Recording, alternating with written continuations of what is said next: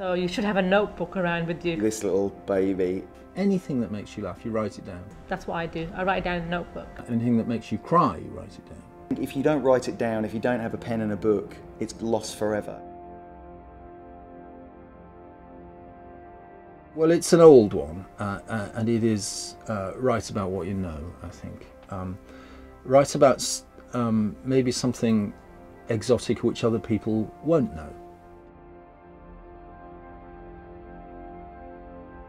Don't be afraid to write shit. Don't be afraid to write shit. You know, don't get it right to get it written.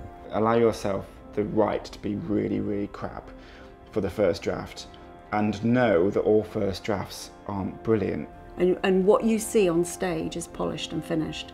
And always remember that behind that there was a terrible first draft.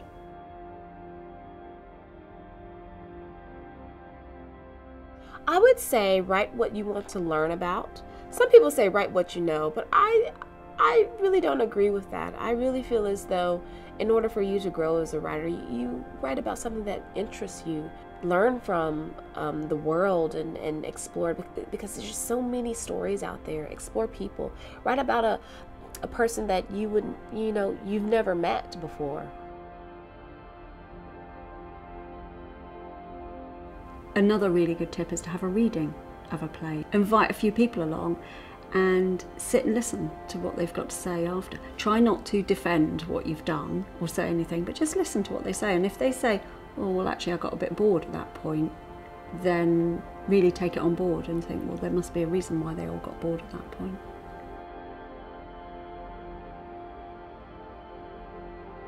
Do not, if you're a political writer, settle for the conveying of information. That is the main way to kill your play. Because people will just be like, I'm either interested in this or I'm not, but I can get it from the paper. I think the quickest way of boring the audience to death is to present to them the things they already believe.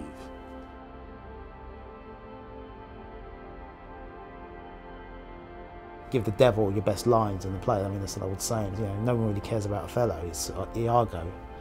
He's horrible, but he's got the juiciest parts.